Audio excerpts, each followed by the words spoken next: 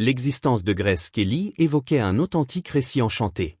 Visualiser une vedette du cinéma américain à l'apogée de sa renommée, une figure emblématique dotée d'yeux azur pénétrants et d'un rictus radieux, qui délaisse les feux de la rampe afin de convoler en justes noces avec un monarque et se muer en princesse consort de Monaco. Cela se déroula en 1956, et la planète entière fut ensorcelée par cette idylle qui paraissait extraite directement d'une production de Disney. Grace Kelly, l'inspiratrice d'Alfred Hitchcock, l'étoile récompensée par un Oscar pour son interprétation dans Une fille de la province, abandonnait les sentiments d'Hollywood au profit des châteaux de la Riviera française. Elle unissait sa destinée au prince Régnier III, un dirigeant d'une minuscule souveraineté européenne, et à deux, il symbolisait le parangon du faste monarchique. Cependant, au-delà des clichés protocolaires, des tenues opulentes et des expressions figées, se dissimulait une vérité infiniment plus subtile.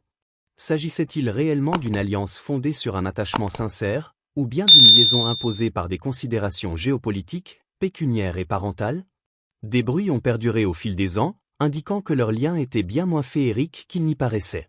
Puis, juste avant son propre décès en 2004, le prince Régnier en personne émit une révélation qui ébranla les convictions établies. Au cours d'un entretien exceptionnel et touchant, il reconnut que leur union avait traversé des orages, des remords et des concessions qu'il n'avait point anticipées. J'ai occasionnellement été excessivement inflexible et elle a tellement offert à Monaco, déclara-t-il, le regard voilé de larmes. Quelle est cette réalité stupéfiante qu'il a divulguée concernant leur conflit privé? Demeurez à mes côtés pendant que nous explorons les arrière-scènes occultes de l'existence de la princesse Grace, en scrutant les mystères qui ont transformé son récit enchanté en une narration beaucoup plus terre à accent grave-terre, comportant ses plaisirs, ses afflictions et ses ténèbres. Débutons par les origines de cette liaison imprévue. Grace Kelly n'était guère une souveraine en devenir, elle constituait une comédienne chevronnée, originaire d'un foyer fortuné de Philadelphie. Son géniteur, John B. Kelly, se distinguait comme un vainqueur olympique en aviron et un entrepreneur florissant, alors que sa génitrice, Margaret, supervisait avec rigueur l'instruction de sa progéniture. Grace avait escaladé les paliers d'Hollywood grâce à une élégance innée qui lui conférait son sobriquet. Toutefois, en 1955, tandis qu'elle participait au Festival de Cannes dans le but de vanter ses œuvres cinématographiques, son destin bascula. Elle reçut une convocation pour une session photographique destinée au périodique Paris Match, au sein du château princier de Monaco. C'est en cet endroit qu'elle croisa pour la première fois le prince Régnier III. D'après les comptes rendus de cette période, l'échange fut succinct mais électrisant. Olivia de Havilland, son intime compagne et vedette de Autant en emporte le vent, se remémorait lors d'un dialogue avec People Magazine, Grace revint de cette excursion dans un état de ravissement absolu. Elle le dépeignait comme un individu séduisant, érudit, doté d'un esprit subtil. Néanmoins, à cet instant précis, Grace n'était point disponible. Elle était promise à Oleg Cassini, un styliste charismatique qui avait élaboré des vêtements pour des personnalités telles que Jackie Kennedy. Leur connexion était ardente, des missives confidentielles, exhumées ultérieurement lors d'une adjudication de l'héritage de Cassini, exposent des affirmations passionnées. Grace rédigeait « Mon cher Oleg, tu représentes l'individu qui saisit mon esprit comme nul autre. » Mais subitement, l'ensemble évolua. Cassini, percevant le changement d'atmosphère, l'aurait interpellé « Je crois que tu convoles avec ce monarque car cela constitue le plus excellent intrigue qu'on t'ait jamais suggéré. C'est une fonction impériale, et tu ne saurais y résister. » Et effectivement, Grace rompit ses engagements pour adopter cette existence novatrice. Était-ce un amour fulgurant authentique, ou une résolution préméditée? Des décennies ensuite, Grace se livrait à sa camarade Charlotte Winston, tel que narré dans la biographie Once Upon a Time de J. Randy Taraborelli. Si ma mère n'avait pas manifesté une telle aversion envers Oleg, elle le jugeait trop léger, trop séparé ou je l'aurais sans doute convolé. Cette choix altéra l'intégralité de mon destin. Ces paroles trahissent un repentir intense, un et si qui obsède les pensées. Figurez-vous, plutôt que de se métamorphoser en souveraine, Grace aurait pu poursuivre sa trajectoire fulgurante, éventuellement décrocher d'autres statuettes dorées, et mener une existence plus autonome à Hollywood. Mais soyons directs, cette union présentait-elle des traits d'une alliance concertée? Formellement, non, cela ne correspondait pas à une noce organisée comme dans les palais continentaux d'autrefois. Pourtant, les conjectures foisonnent.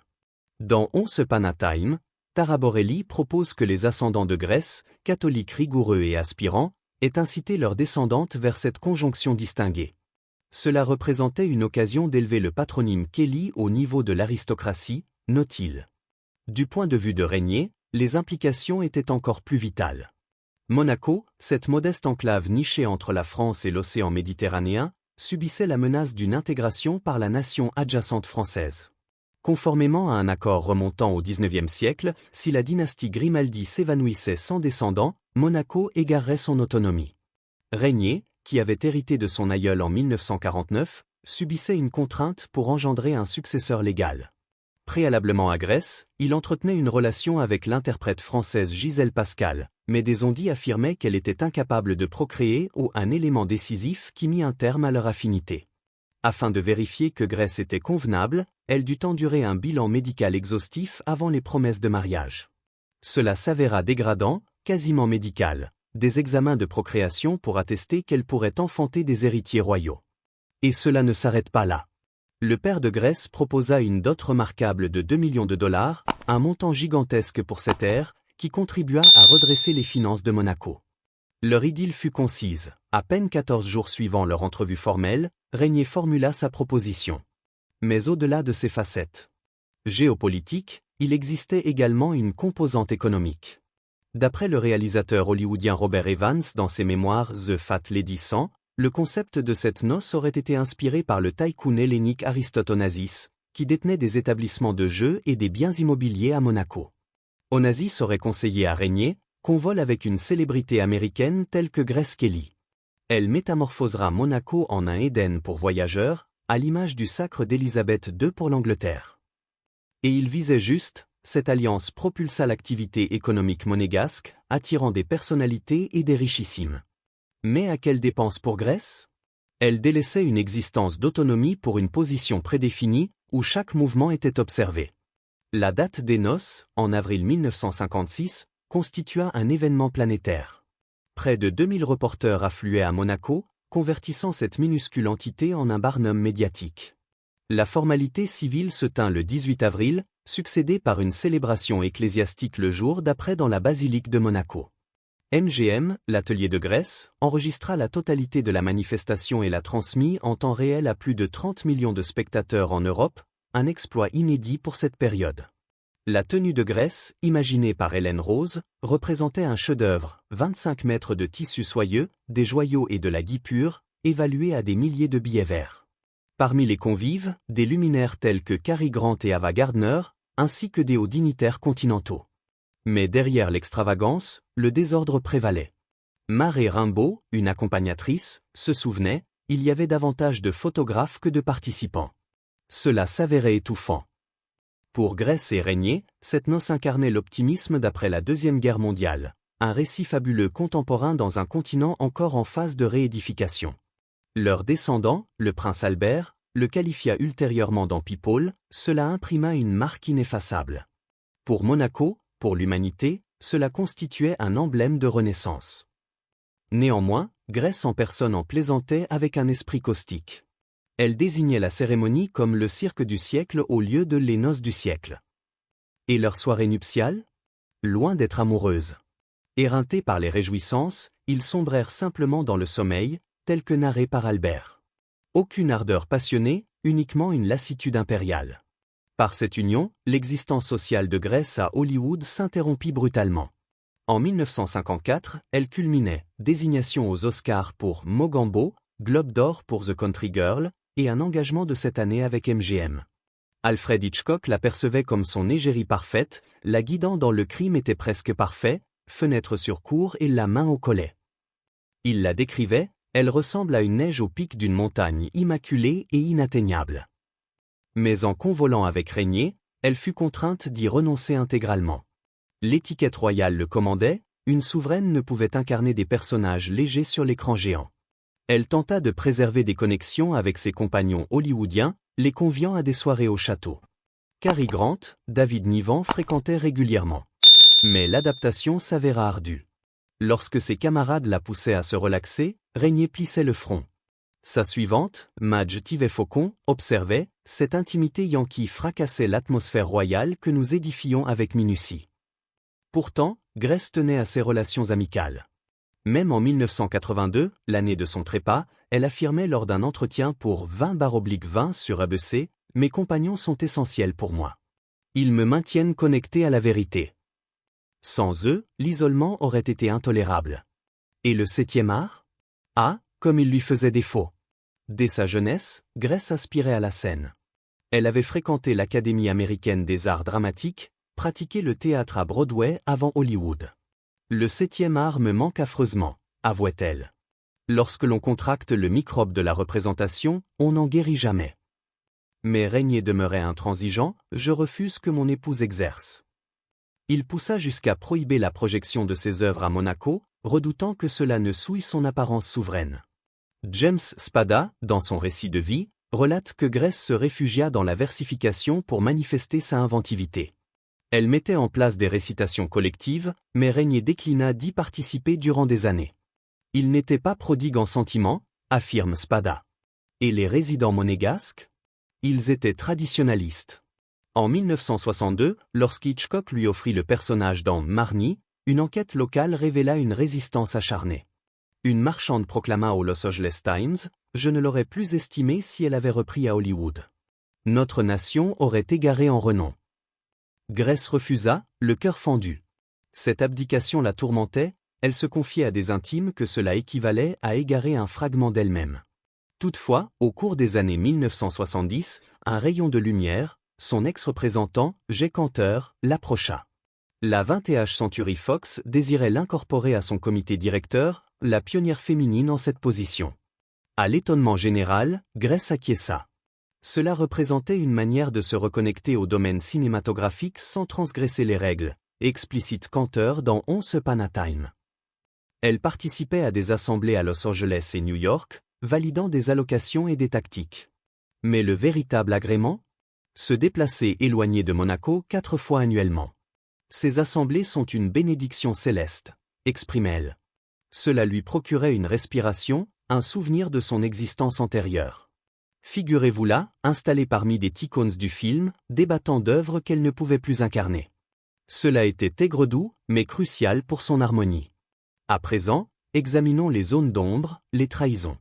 Leur alliance, née de univers si disparates, elle, l'américaine affranchie, lui, le monarque continental conventionnel, fut sapé par des frictions. Wendy Lay, dans True Grace, soutient que Régnier reprit ses escapades dès le mois initial de l'union. Au minimum 3 dames, des comédiennes et des aristocrates. Grace se sentait avilie, affligée, rédige-les. Elle se livrait à sa perruquière, « Je suis au courant que mon époux fréquente d'autres dames. Cela est irritant et souffrant. » Meurtrie, Grace aurait-elle contre-attaqué? Des on-dit évoquent des retrouvailles avec d'anciens soupirants tels que Marlon Brando et Frank Sinatra. Avec Sinatra, cela serait une affinité persistante, des fins de semaine clandestines à Cap Ferrat. Était-ce véridique? Les journaux à sensation s'en délectaient, mais Grace démentait. Pourtant, ces chuchotements injectaient de l'épice à leur liaison déjà intricate. Leur existence domestique? Pas le paradis qu'on envisage. Ils engendrèrent 3 progénitures, Caroline en 1957, Albert en 1958, Stéphanie en 1965. Pour l'opinion publique, cela représentait le foyer impeccable. Mais en coulisses, les rejetons étaient instruits par la gouvernante Maureen Wood. Caroline se confiait dans Albert II de Monaco, L'homme et le prince. Maureen constituait notre référence parentale essentielle. Nous sanglotions lors de ses congés. Albert était attaché à sa génitrice, saisissant ses concessions, s'établir ici et se conformer a dû être ardu pour elle. Elle ne geignait jamais. Régnier, éloigné, regrettait par la suite, « Je n'ai pas été suffisamment disponible pour mes rejetons. » C'est un remords perpétuel. Grace était-elle mélancolique? Dans High Society, The Life of Grace Kelly, Donald Spoto observe qu'elle endura des épisodes de morosité. « Je ne poursuis pas la joie », déclarait-elle à un reporter. En 1982, sur 20/20, elle mentionnait les obstacles, les nations méditerranéennes opposent une résistance au renouveau. Son parcours rappelait celui de Diana, qu'elle croisa une fois. Diana affirmerait, Grace paraissait paisible, mais il y avait des courants tumultueux dessous. Grace n'en discuta jamais publiquement, mais délaisser Hollywood pour un château reclus, sans dominer le français initialement, dut être oppressant. L'absence de confidentialité était perpétuelle. Les chasseurs d'images les pourchassaient impitoyablement, similairement à Diana ultérieurement. Jeffrey Robinson dépeint Monaco des années 1950 comme un coin perdu avec une structure vétuste. Grace se livrait, je désirais simplement un instant isolé avec mon conjoint. Même les progénitures en pâtissaient, Stéphanie était dissimulée dans le coffre pour se rendre à ses leçons de sport. Était-il véritablement épris? Suite au décès de Grace, Régnier ne se remaria point. Albert affirme, il ne fut plus identique. Grace réfutait les bruits de séparation, les magazines sensationnels fabriquent tout. Peut-être s'agissait-il d'un attachement adulte, modelé dans les épreuves. Grace trépassa le 14 septembre 1982, à 5 ans de printemps, suite à une hémorragie cérébrale au volant, proche de Cap d'Aille. Stéphanie, à son flanc, réchappa. Un sinistre fatal qui nourrit les spéculations. Et la malédiction des Grimaldi? Mythe du XIIIe siècle, Régnier y aurait molesté une enchanteresse qui proféra une imprécation sur la descendance. Aucun Grimaldi ne goûtera la félicité en noces. Séparation, controverse pullule. Pour Grace et Régnier, trahison et catastrophe paraissent l'illustrer. Et vous, quelle est votre opinion?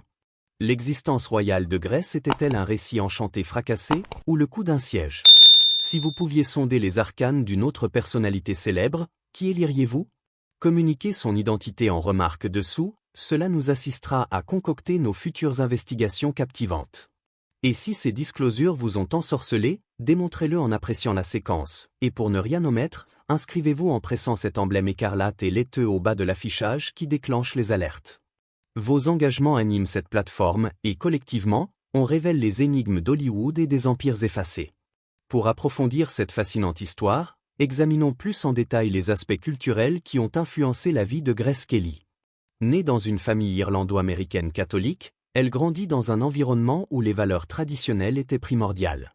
Son père, un athlète accompli qui avait remporté 3 médailles d'or aux Jeux Olympiques, instillait en elle un sens de la discipline et de l'ambition.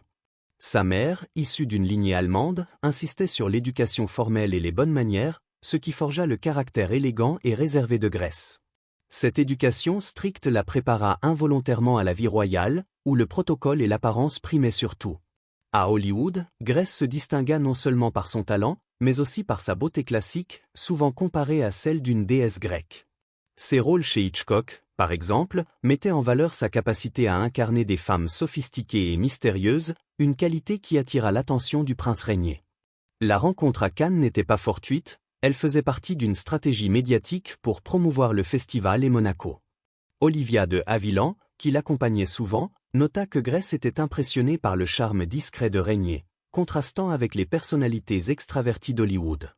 Concernant Oleg Cassini, leur relation était marquée par une passion intense, mais aussi par des conflits familiaux.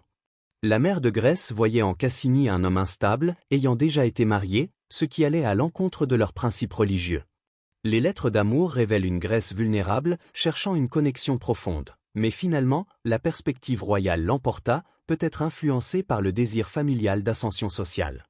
En ce qui concerne l'aspect arrangé du mariage, il est essentiel de contextualiser l'époque.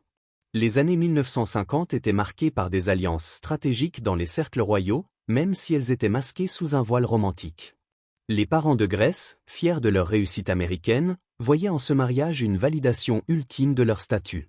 Pour Régnier, la pression successorale était réelle, le traité de 1918 avec la France stipulait clairement les risques pour Monaco.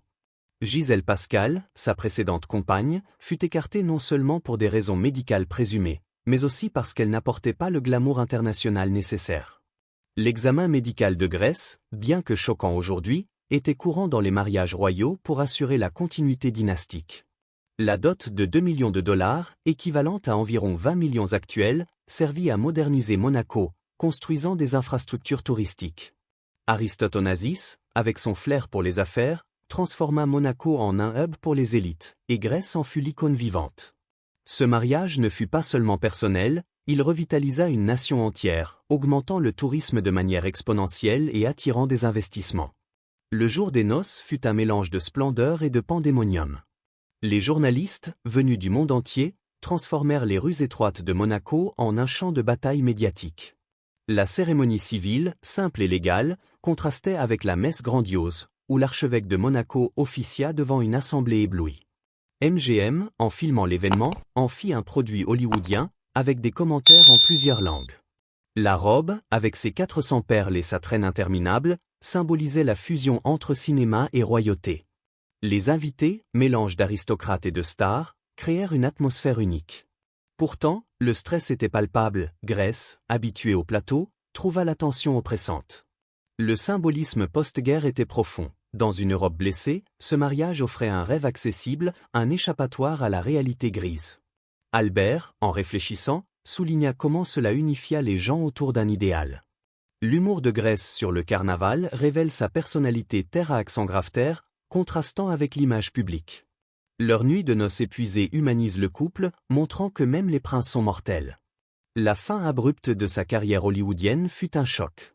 En 1954, son agenda était chargé, tournage, récompenses, contrats juteux.